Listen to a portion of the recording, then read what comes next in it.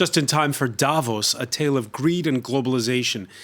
Yes, the fortunes of Isabel Dos Santos have just taken a further turn south with the Luanda Leaks revelations. Funds funneled from Angola's state oil company and other public enterprises, with big-name Western consultancies happy to provide their services in the name of wealth optimization. The daughter of Angola's former longtime strongman, billed as Africa's richest woman, claims to be self-made. But once José Eduardo dos Santos retired, the fall from grace soon followed. We'll ask about the criminal charges already against her and those very private, very powerful consultancies. The World Economic Forum taking place right now in Davos, and we'll be asking what's changed since the financial crisis of 2008, since LuxLeaks, since the Panama Papers. In a globalized world, who to bring proper oversight to a financial system that enables the siphoning of a country's wealth. Today in the France 24 debate, we're looking at the Luanda Leaks. Joining us from Washington, one of the reporters who's been working on those 715,000 documents, Will Fitzgibbon, Africa and Middle East Partnership Coordinator for the Consortium for Investigative Journalists. Thanks for joining us. Thanks for having me. Former French investigative magistrate who served as member of the European Parliament and Green Party candidate for president, Eva Joly. Thanks for being with us. Thank you for inviting me. From Berlin, former Angola correspondent for the Reuters news agency and the Financial Times, Nicholas Shaxson. Your latest book, The Finance Curse, How Global Finance is Making Us All Poorer. Thank you for joining us. Good to talk to you. And from London, Angolan Dutch human rights law researcher Lucia Kula is with the School of Oriental and African Studies, SOAS. Welcome to the show. Thank you for having me. The France 24 debate on Facebook and Twitter, the hashtag F24debate. Yeah, with criminal charges already pending, the revelations come, you might say, as a double whammy. All the while, Isabel Dos Santos and her Congolese husband, Sindika Dokolo, call it a politically motivated plot. Camille Delec has more. She is known as the Princess of Luanda. Isabel Dos Santos is Africa's richest woman with an estimated fortune of over $2 billion. She's at the helm of an economic and financial empire. The businesswoman is also the daughter of former President José Eduardo dos Santos, who led Angola for almost 40 years. And it was when he was in power that she and her husband had access to lucrative yet suspicious deals. The investigation alleges, for example, that the state oil company Sonangol sold an investment to Dos Santos' husband, Sindika Dokolo, for around $12 million, which is now worth over $830 million. And while Dos Santos was Sonangol's chair, $115 million of payments to consultancy firms went through a Dubai company controlled by her partners. The corruption scheme extended to real estate as well, and two of the businesswoman's companies were going to charge $500 million for a project in Luanda real estate development, before the new president cancelled the project over inflated costs. The Princess of Luanda was quick to deny the accusations on Twitter. These revelations come after the businesswoman's assets were frozen last month by the Angolan government, which estimates that she embezzled over $1 billion, accusations that Dos Santos says are politically motivated. This is really an attempt to influence internal political politics of the MPLA, not allowing for any other voices or any other candidates or any other possible factions within the party to actually rise up and take voice. Dos Santos is unlikely to have her day in court. She hasn't been in Angola for over a year. Let me begin with you on this story, Will Fitzgibbon. You had already these criminal charges that had been pending, most notably $38 million that went from the state oil company to a Dubai shell company just hours after the president, the new president of Angola, had announced Isabel Dos Santos' sacking. What would you say is the big revelation when you piece together all of these documents? I think the big revelation from Luanda Leaks is really in the detail. The devil is in the detail, so to speak. Here is over 700,000 documents, tax reports prepared by accountants in Malta, intimate details where bankers are talking about Isabel Dos Santos's negative reputation and how they're going to get around that. And the Luanda Leaks allow us to piece together in detail that's never been seen before what some of the experts we consulted said is kind of a roadmap or a step-by-step scheme of how to extract money from a poor African nation. How much is she an actor and how much is she a figurehead? Well, the Luanda Leaks are interesting in that Dos Santos herself rarely appears. She does every now and again interject in an email to say, hang on a minute, I'll get on the phone to the Minister of Finance, who just happens to work for her dad's government, and fix a problem. But the fascinating thing about Luanda Leaks is really how so much of it happens without her direct involvement. That's because, be it in Malta, in London, in Geneva, in Paris, or in Lisbon, there is a veritable platoon of advisors who know exactly what their client wants. Often they're getting paid millions of dollars to carry out those instructions. And let's be honest, they genuinely operated with the assumption that these kind of emails and this kind of information would never fall into the hands of more than 100 journalists. More than 100 journalists. You might say that it all began, Nicholas Shaxson, the day that José Eduardo dos Santos handed over to João Lourenço, the now president of Angola, and to a man he thought was a safe pair of hands. Well, it's been going on a lot longer than that. When I was living in Angola in the 1990s, I remember Isabel had a fairly low profile back then, but it was starting to rise. And I remember people in the diamond sector starting to tell me about her rapidly rising involvement in the diamond industry. And nobody then was under any doubt that this was the result of her being the daughter of the president.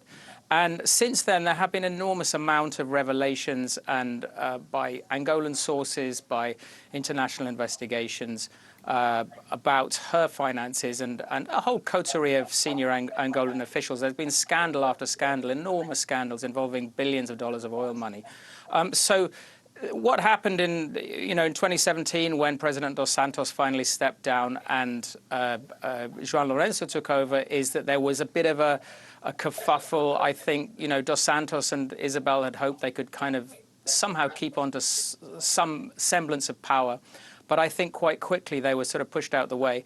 And I think there's an absolute, everybody in Angola knows what's been going on. They may not have known the details. And what we've seen today has been a fantastic confirmation. What everybody suspected, everybody knows. And nuts and bolts and chapter and verse. And so this is a really significant development, and it really pushes forward the absolute need to get on and bring this whole generation of corrupt Angolan politicians to justice. That generation, Lucia Kula, we heard in the outset in that report, Isabel Dos Santos saying this is politically motivated.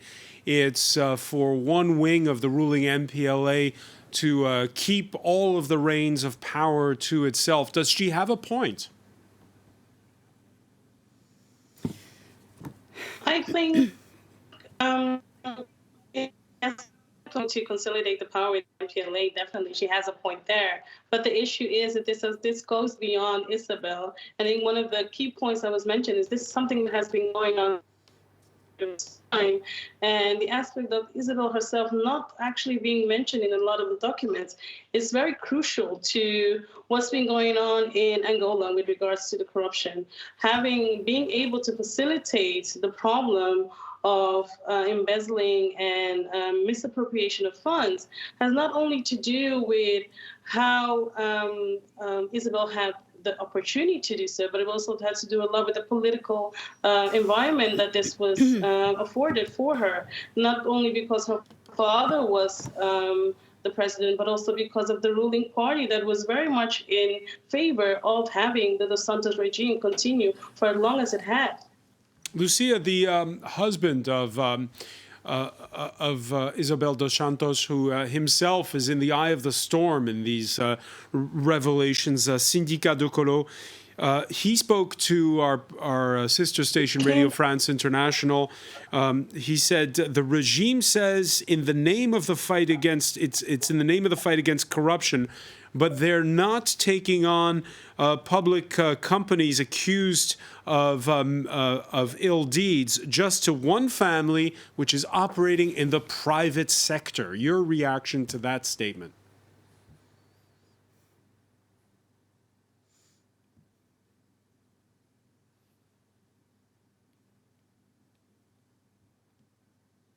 Connection, I'm losing some of the questions, so I'm not completely sure. We seem to be having a trouble with the line with London. We're gonna try to fix it and get back to it. Let me turn to Eva Joly here. When was the first time you heard the name the name of Isabel Dos Santos?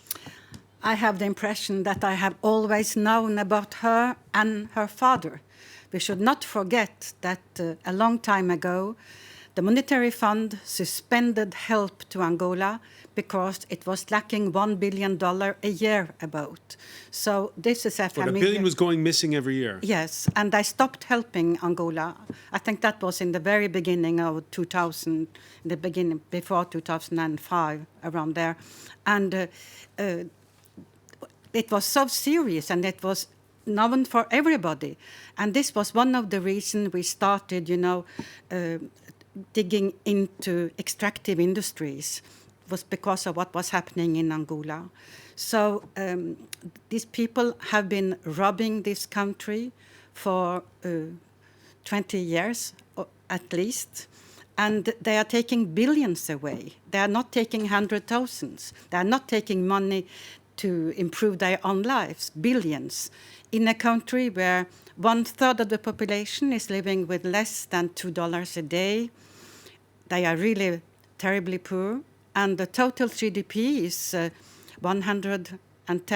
15 billions. So they are taking percentages of the GDP for themselves. And the first time you came in contact with Angola was when you were an investigating magistrate Yes. looking into ELF, the ELF, French yes. oil company, which has since been absorbed by Total.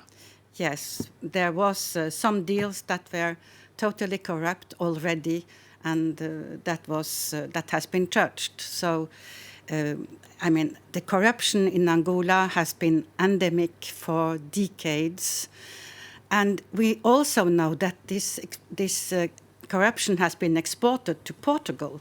That some of the banks of Portugal that has been secured, or where the public money has been given, was a result of their subsidiary in Angola giving loans to important Angolan people. So this has been going on for long, and the question we have to ask ourselves, and where we have to make some changes, is how is it that we have not been able to stop it before?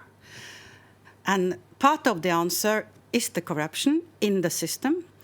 It was no way to have Dos Santos member for courts in Angola, but no way either in Portugal, because of their very close corruption links.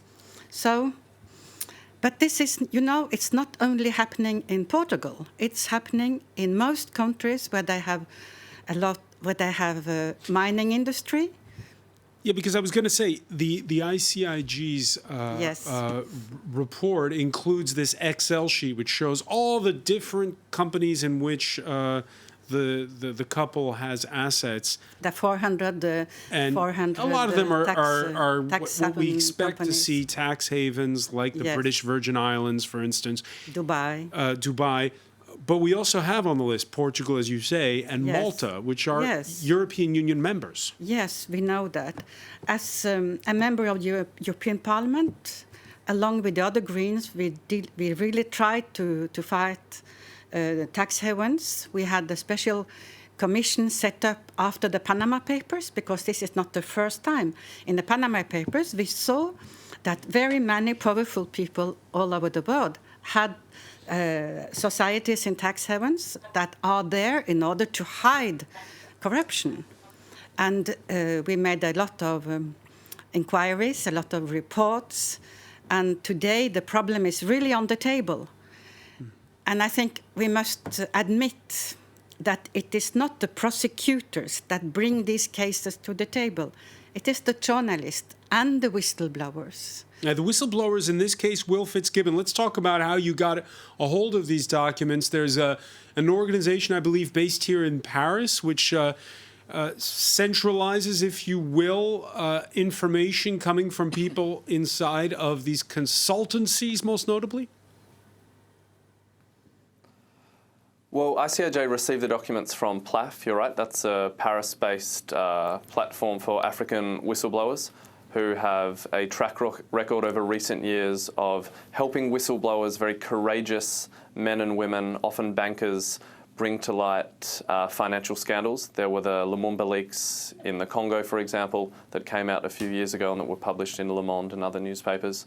ICIJ received these 715,000 documents, and as we now have a track record of doing, again with more than 100 journalists, we spent 8 months going over them and doing what I think is often underappreciated. Journalists don't just receive hundreds of thousands of leaked documents and in 24 hours decide what might be fun or salacious to publish. This was 8 months of work trying to understand really complicated, really detailed financial arrangements, speaking to as many experts as we could, so that with confidence and accuracy we could put forward what we did yesterday. What's happened before, we saw it in Switzerland and we saw it with the case of Leaks, is the first thing authorities do is go after the whistleblowers. How's it looking in this instance? Well, ICIJ has worked with PLAF, not with the whistleblower or the whistleblowers directly, but you're right that European countries don't have a very good track record when it comes to this. ICIJ and the journalists, and Nick would be among them, you know, we're fully aware of the track record whereby whistleblowers such as Antoine Deltour for Leaks help bring to light incredibly important European, even international level tax avoidance scandals. And sometimes it feels like the first thing these European countries do is close ranks and decide that it's the whistleblower and not the tax avoider and not the tax evader who they're going after. So I think really the first answers start at home. So, Nicholas Jackson, let me ask you, when you Eva Joly, when she came here today, said, finally, it's being exposed. That's what you said, right? Yes. Nicholas, are you? Is this a good day for you, or do you feel as though, well, it's a Sisyphean task, you're reinventing the wheel? Each time we bring this out, each time we're outraged for 24 hours, and then it all goes away? Well, yeah, I mean, it's a fabulous set of revelations. You know, I'm absolutely delighted by it. But, you know, it also is a Sisyphean task. I think one of the things that hasn't come out, and I think people need to start thinking about this, and Eva Joly touched on this earlier, is the issue of blowback into our own societies. So this is a story with two sides. One side is the sort of traditional story pointing fingers at corrupt people in Africa, and sure, there's lots of corruption going on there. The other side of the story is us in the West receiving this money, handling this money, aiding and abetting these crimes that are going on.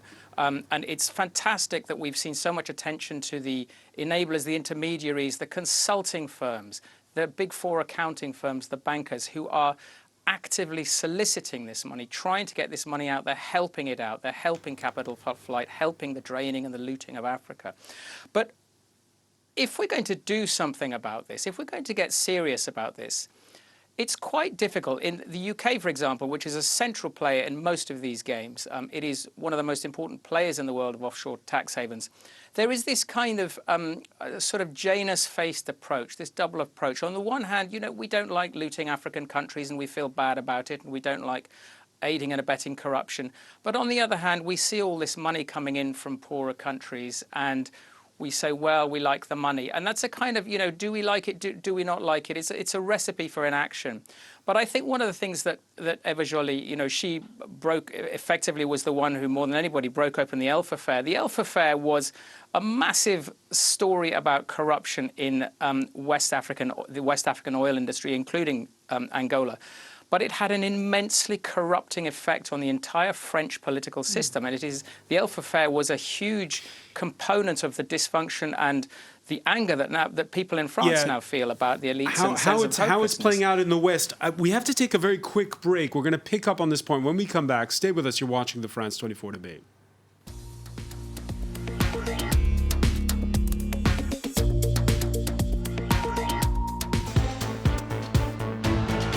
Welcome back, or welcome if you're just joining us. It's the France 24 debate, and we're combing through Luanda Leaks on the trail of the missing millions from Angola. With us to talk about it, Will Fitzgibbon, Africa and Middle East Partnership Coordinator for the Consortium for Investigative Journalists, the ICIJ, who joins us from Washington and who coordinated with many publications for this publication, including here in France. Sister station Radio France International and French broadsheet of record Le Monde. Welcome back as well to former member of the European Parliament, former French investigating magistrate and French presidential candidate Eva Joly. Thank you. From Berlin, former Angola correspondent for the Reuters news agency and the Financial Times.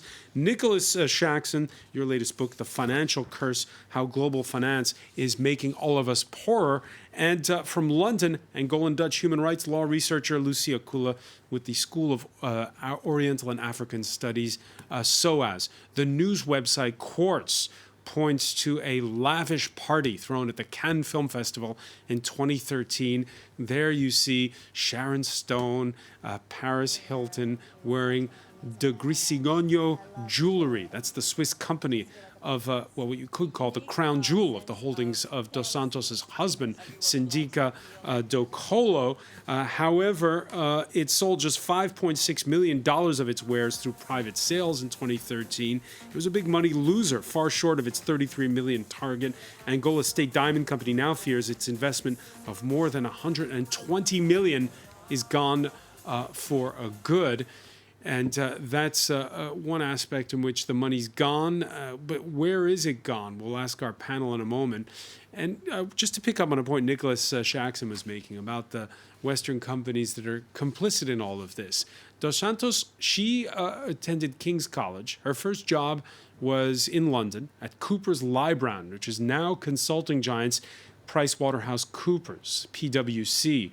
The New York Times, whose lead story on this this Monday shows Dos Santos at a 2018 party thrown by her husband's jewelry company with celebrities. There you see actor Chris Tucker, former Pussycat Dolls singer Nicole Scherzinger, and socialite Paris Hilton. And it quotes auditors as saying PwC should have raised red flags. Instead, it not only audited the books of her far-flung shell companies, but also provided her and Mr. DeColo's companies with tax advice and did consulting work for state oil company Sonangol. Again, Nicholas Shaxson, this comes back to what you were saying before the break, when we're wondering where those missing millions went. A lot of it went to these consulting firms. Yeah, exactly. I mean, consulting firms are much less well-regulated than banks generally. Banks generally have an awful lot of regulation about them, and consulting firms slip kind of under the radar. So they are very important. They come in and give these fantastic PowerPoint presentations, look incredibly impressive, and they receive huge amounts of fees.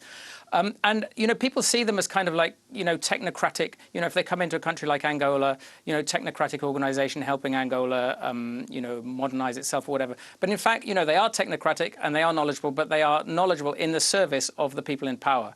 And so they are doing technocratic things in the service of, you know, advising on structuring your companies. And, you know, if you've got a maze of shell companies around the world, and how to, you know, they were going into Sonangol, the oil company, and advising all these sorts of things. So we need to take a very, very hard look at these things. I'd like to just finish off the point I was making earlier because I think it is so important.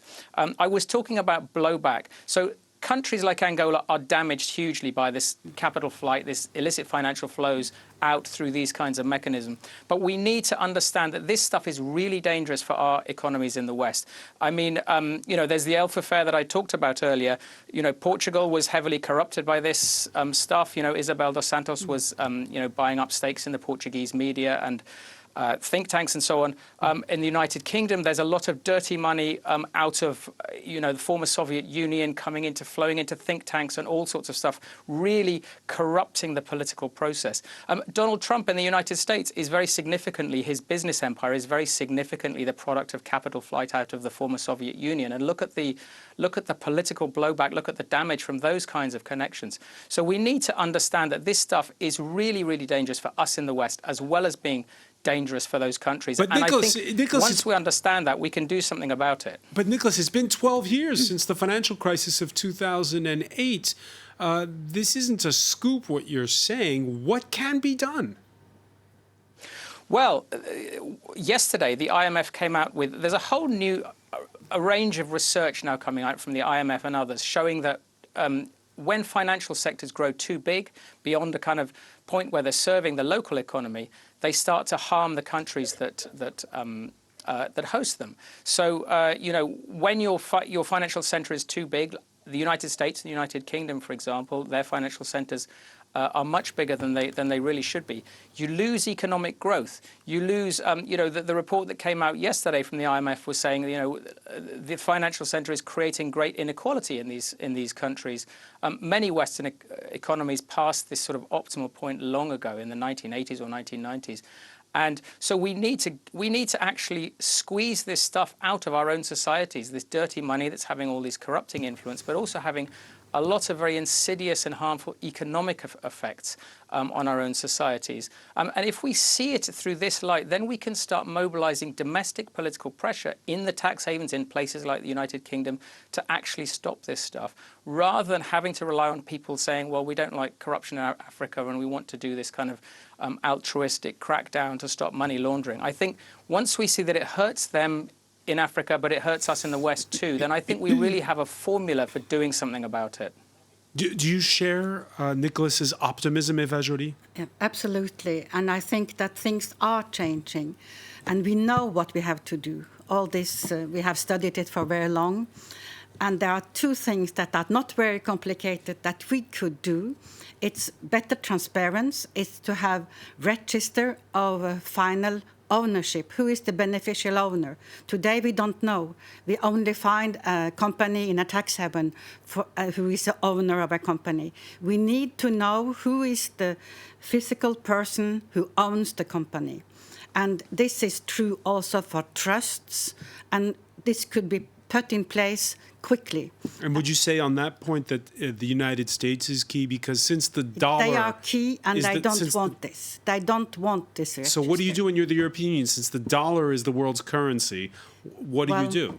Well, I think we have to work on this also with the Americans, because they are also suffering from it. And we should also work for the euro to become a stronger currency, so that the deals could be made in euros to take a little bit away the importance of dollars. But the one thing is then to know the beneficial ownership. And the second thing, and this is an idea from ECRITS, where we have Stiglitz and Thomas Piketty and me and other people, it is that we should establish a register of assets, a world register of assets. If you are the owner of luxury goods, you should be registered somewhere, and you should not be allowed to sell it unless we can see it's yours. This is also something that is possible and would make the fight against corruption much easier, and also taxation much better. Will Fitzgibbon, after sorting through those 715,000 documents, again, do you share the optimism expressed by Eva Joly that it is possible to trace where all the money goes? Well, it's certainly hard, and the last 8 months of my life and those of my colleagues have shown us that, because there were so many dead ends. We came across so many shell companies that we thought might be connected to the Dos Santos family or to related parties, but we weren't able to definitively say yes or no. But why I'm optimistic and why I know we will continue to report on these matters is there are so many things that experts tell us can be fixed, and fairly simply. You know, and I think lots of other actors in this world, national regulators, prosecutors, judges, members of parliament, need to come to the table. At the moment, it's a bit like a party on Facebook where you've got journalists who've said, you know, we're attending. They've clicked we're attending. And you've got lots of politicians who are undecided or maybe. And I think we need those politicians to step up to the plate and to tell us they're coming to the party. We know in the United Kingdom that the Dos Santos family owns multiple multi-million-dollar properties. What is happening with that? Do UK prosecutors or investigators have any intentions to take action on that, or believe that they could be somehow subject to enforcement actions, as the Angolans are now trying to do? Let's also not forget that Angola is a country that requires international assistance. When Le Monde was reporting for Luanda Leaks, they spoke to an investigator who was working on this case and quite literally had a few pages of the Dos Santos case in a pink manila folder. And they've spoken publicly, Angolan authorities, about how difficult it is to get information and help from authorities in the United States, in Portugal, in the United Kingdom. So my hope, at least on one hand, is that Luanda Leaks is another big bell for international actors and Western governments and companies to actually commit to doing something this time around. Lucia Kula, do you have faith that the current Angolan government can deliver justice on the basis of these documents? I think the incentive is definitely there. And one of my concerns is that something that has been mentioned, but I think hasn't really been addressed thoroughly, is the implication and the contribution of Western companies and institutions that have facilitated this money grabbing and land grabbing and exploitation in Angola. When we're looking at accountability, we shouldn't just be looking at how we can make tax laws more profitable for Western nations, and not only to look at how we can enforce tax laws in a better way, but it also leads to look at the legal accountability and the legitimacy of having companies from the UK, from the Netherlands, from Portugal, operating in Angola with impunity, basically, handling money that shouldn't be handled in any shape or form. But there is no way, no regulator that looks at it and says, okay, because you have contributed to this, because you have been involved in this transaction, you are as accountable as, let's say, Isabel herself or her partners. Having the issue of accountability has to be linked with human rights. And when you look at the Angolan aspect, yes, it's imperative that we look at the connection of where money comes from and where money goes, and how tax laws are implemented and how tax laws are protected and looked at. But we're forgetting a very important aspect, what it is that Western companies and Western institutions have contributed to exploitation, to human rights abuses in a country that has already a very weak legal mechanism. So how do you enforce something like that? How do you make sure that the Angolan government has the capacity to not only prosecute Isabel and her partners, but also beyond the Angolan borders? It's something that goes beyond just looking at where the money is coming from and where the money has gone. It's looking also how we can hold every single actor accountable for their role they played. Eva Joly? Yes. One thing is that every place where Isabel Dos Santos has properties, they have capacity, they have the forum, as we say, to start an investigation for money laundering. So we could start investigations in France, where she has properties in the south, in the UK, where she has properties, and in all countries where she has properties. It can be started. We can cooperate. And I think also the good news is that Angola is building up a judiciary that is becoming better. They have now prosecution services that do function. And this has been done with a lot of international help. The European Union, for instance, has spent a lot of money to build up this capacity. And I know, because I know the prosecutor from Angola, she's a woman, that she will be able to take on this case, and that she's already working on it. So this is also good news. The capacity building gives result. And this we see also these days in Namibia, where there is a huge case concerning an Icelandic fishing company that corrupted the Minister of Justice and the Minister of Fishery in order to get fishing quotas. It has been taken care of by the Namibians themselves. They have good police, they have good prosecution, and they're taking care of it. This is very new. All right, and again, a part of this story, when we look at those Western companies, I hark back to it, is those consultancies. And not very far from Angola is South Africa. McKinsey, which is mentioned in the Luanda Leaks in nearby South Africa, had to clean house, do some firings following an ill-fated deal involving struggling state utility Eskom and the Gupta brothers you see here. Their outsized influence helped precipitate the fall of President Jacob Zuma. Will Fitzgibbon, what do we do about these consultancies, which are very powerful? Most of our viewers don't know exactly what they do, and they're private companies, which means they're not quoted on the stock market. Thus, they can a lot of their business is kept very far from the public eye. Well, I think, as Nick pointed out, regulations concerning consultants and consultancies are incredibly weak. And I can tell you from reading some of the documents in Luanda Leaks, we don't really know what many of them did either. I mean, I think all of us like the idea of getting a $500,000 check in the mail for one line that literally says expenses or services rendered, which is what we saw time and time again with invoices sent to consultants as part of Luanda Leaks. And I think it remains a huge barrier because as journalists, we of course went to all these consultancies. We asked them, what services did you provide? What did you actually do to earn your money? And some of them didn't respond. Some of them did respond, but often along the lines of, we can't tell you, it's private information. In the case of PricewaterhouseCoopers, PwC, who did respond, they did announce that they've cut ties with Dos Santos and her companies and will be conducting a review. But I think one big question for me is an internal review enough? Is it sufficient in the wake of what we've now seen that PwC can basically conduct its own review and tell us what it did or did not do wrong? Or should that be the purview or the responsibility of someone else? It's a bit like a friend finishing the bag of Smarties and then apologising after the fact that there's nothing left to share with anyone else. Eva Joly?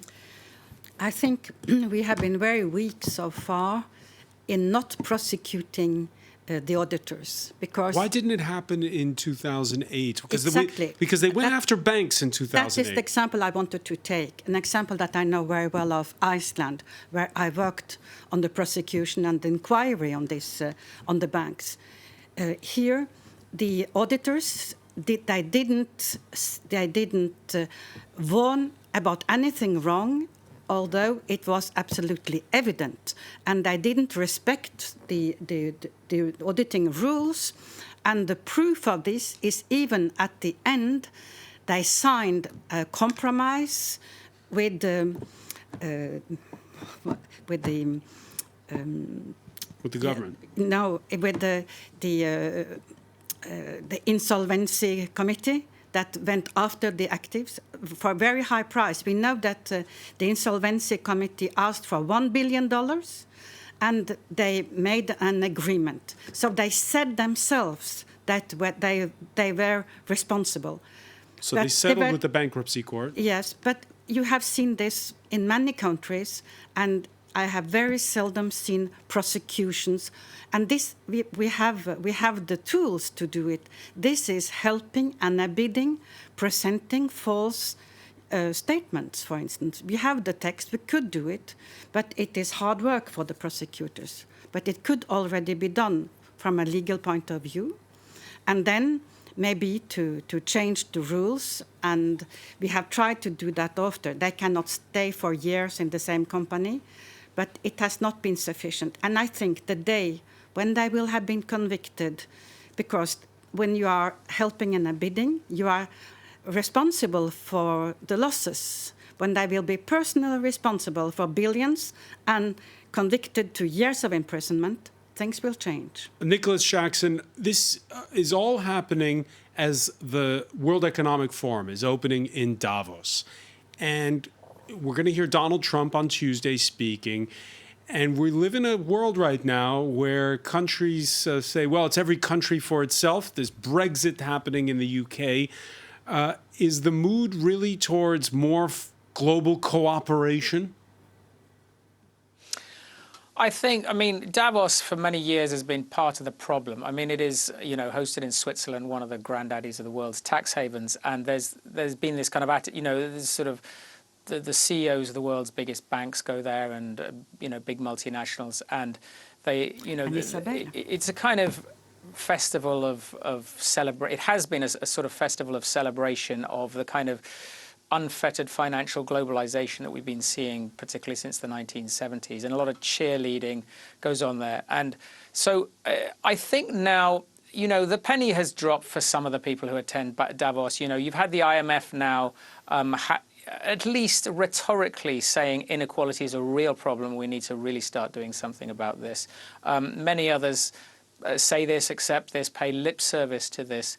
But I think on the ground, things are moving more slowly. I think a lot of the recommendations that are made are by people who kind of want somebody else to do something about it. These private equity moguls would like to see something happen about inequality as long as they can keep doing what they're doing and making their billions. I think we need to really see some big changes happening, and the political changes we're seeing in the world now with Brexit and with Donald Trump and all these kind of this turbulence, we can all feel it in our guts. This is to do with all this kind of financial globalization, these unfettered financial flows, tax havens, all this secrecy, dirty money. It's all contributing to this tremendous political malaise, which is now convulsing democracies and other countries all around the world. And I think the Davos set really needs to start saying something very different. I mean, if it were up to me, they would be an irrelevance and nobody would pay any attention to them. Unfortunately, the world's media congregates there and interviews all these people. But they generally have been propagating the wrong message, and I think that needs to change. All right, Nicholas Jackson, I want to thank you so much for joining us from Berlin. I want to thank Lucia Kula for being with us from London, Eva Joly, Will Fitzgibbon of the ICIJ. The findings that you've been working on so diligently with all those media can be found on your website. Stay with us. Media Watch is next.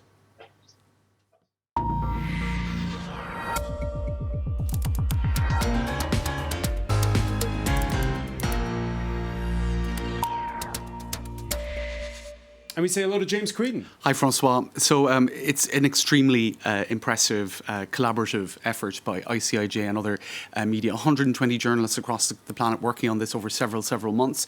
And their website gives you all of the background, all of the details that you might want, including an interactive scroll down through the history of Angola for those who want to contextualize exactly what went on here.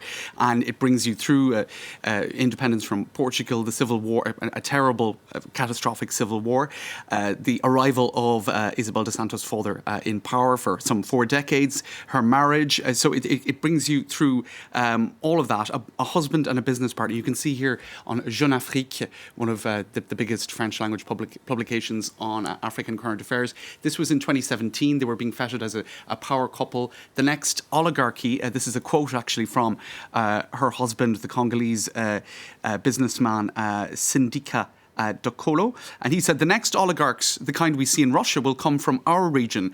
I'm not one of those nouveau riches who feel duty-bound to give away part of their wealth. So a certain attitude was already quite visible and being feted, in fact, on the front page of She's Jeune only Afrique 46 years 2017. old, huh? That's right, indeed. So they were already they had already made their fortune for sure. So the ICIJ, not alone on their website but also on Twitter, cataloguing all of the different aspects of this story. Africa's richest woman, claimed to be a self-made billionaire rather, and you can see inside exactly the details of how her father's position in power helped at least some 500 million euros to kind of transit its way towards her different business ventures. Just one fact that jumps out: after the Angolan president's daughter was sacked from the state oil company, its bank account was emptied. Details such as that, going into a lot of forensic detail here about documents seen by The Guardian and other media partners, suggest as much as $500 million of state payments were earmarked for Dos Santos companies and their subcontractors after they signed deals to lead what became known as the Marginal da Corimba project. That was a real estate and highway development along the coast. Now, which expropriated lots of people living in those areas. Exactly, and this is an article in The Guardian that actually goes into all of that. It's not just about money, it's about the impact this had on human lives.